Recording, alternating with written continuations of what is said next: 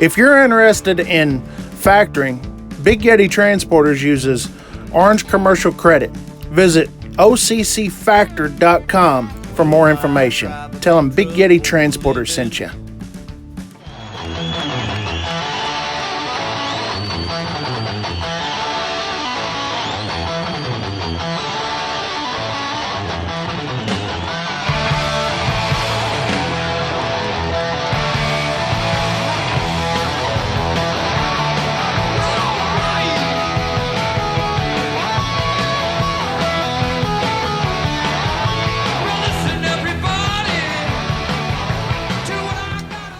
I want to share with you guys a story I don't think I've shared with you guys.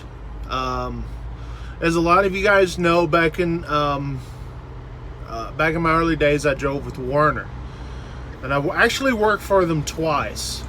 The first time I started off with them, and I only worked there 3 to 4 months until I went to Color Spot, and then I worked at Color Spot for a few years, and then I came back to Werner to become a trainer over there, and I stayed there almost a year until I finally got fed up with Werner and all their mega carrier stuff, and all that kind of stuff. But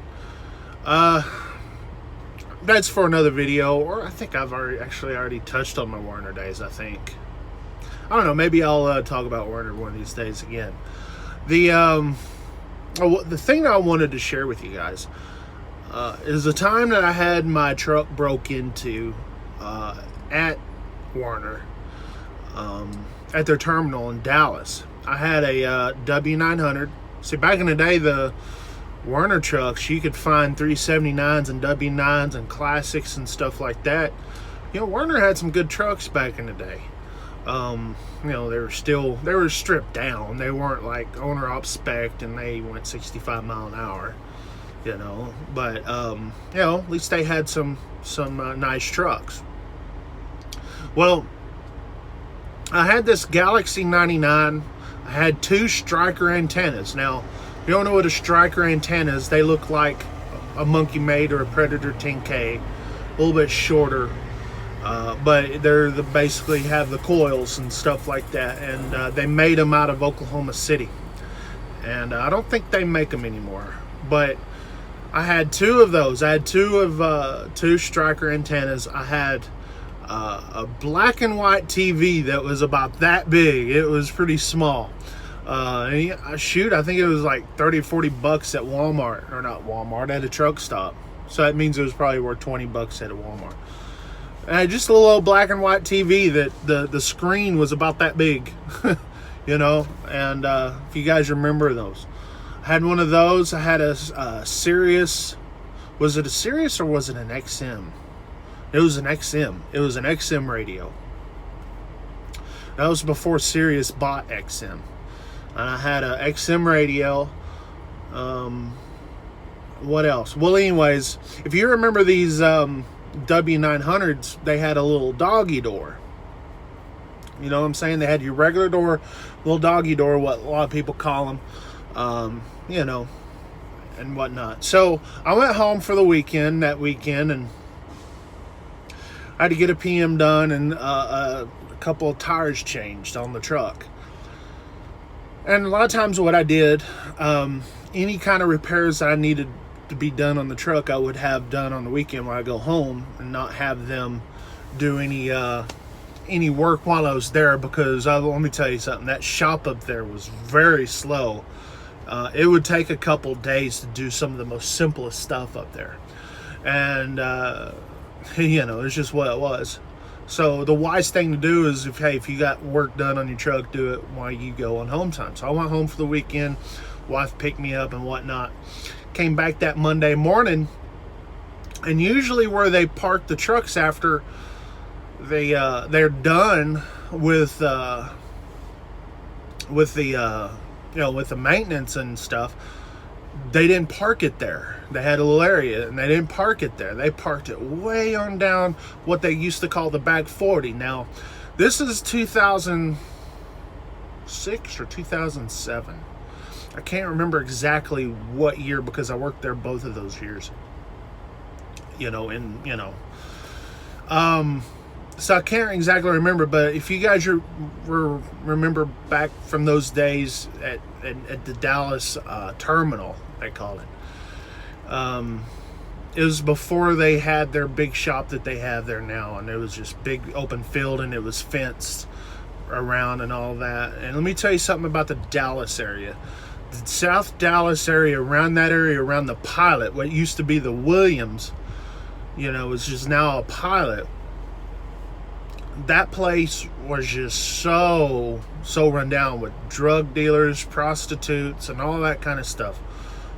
And just a really bad area. Now they have actually cleaned it up quite a bit, which ain't saying much because it's still kind of rough around there. But it used to be really bad. I was just walking around just fluently during the middle of daylight, just doing everything. But anyways, someone at the shop, whoever, took my truck out of the shop, they parked it down the way to where I would imagine they had maybe a hookup, or maybe they wanted some stuff out of my truck, and so they parked it down the way where there was, hidden. It was dark, and there was a hole in the fence at the Werner terminal. There was a hole in the fence. I got there that Monday. The doggy door was broken. All you have to do is get your hand in that doggy door and open up, and boom, you're in there. And I was like, oh boy, the Galaxy 99, not the 99 V2, what they have, the Galaxy 99V. And if you guys remember those radios, if you're fortunate to ever have one, those things were killer radios, man. They were like top of the line. Everybody wanted one, and I had one, and I loved it. And that was stolen. One of my striker antennas, I had two striker antennas. One of them was newer than the other. They took the new one. The little black and white TV that was only worth $20. I had a cup full of change where I keep my loose change up, for vending machines and whatnot. I had my satellite radio was taken, and stuff like that out of that. And it was at the Werner terminal. And guess what? Werner didn't do a dead gun thing about it. I'm not sure, all they did was they're investigating about it, right? But never once did I see anything from them. I did report it, and they were like, oh, we're sorry this happened. But that's about it. They had known that a lot of this stuff was going on there. Like the previous week, someone had a laptop stolen out of their truck. Things of that nature. That stuff was going on.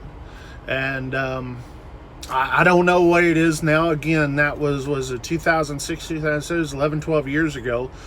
Maybe things have changed over there. I know they've cleaned up the area quite a bit, but I'm not sure if the employers or the employment people or whatever, the people who work there, the shop people, I'm not sure if they are still as shady as what they were, but they were very shady then.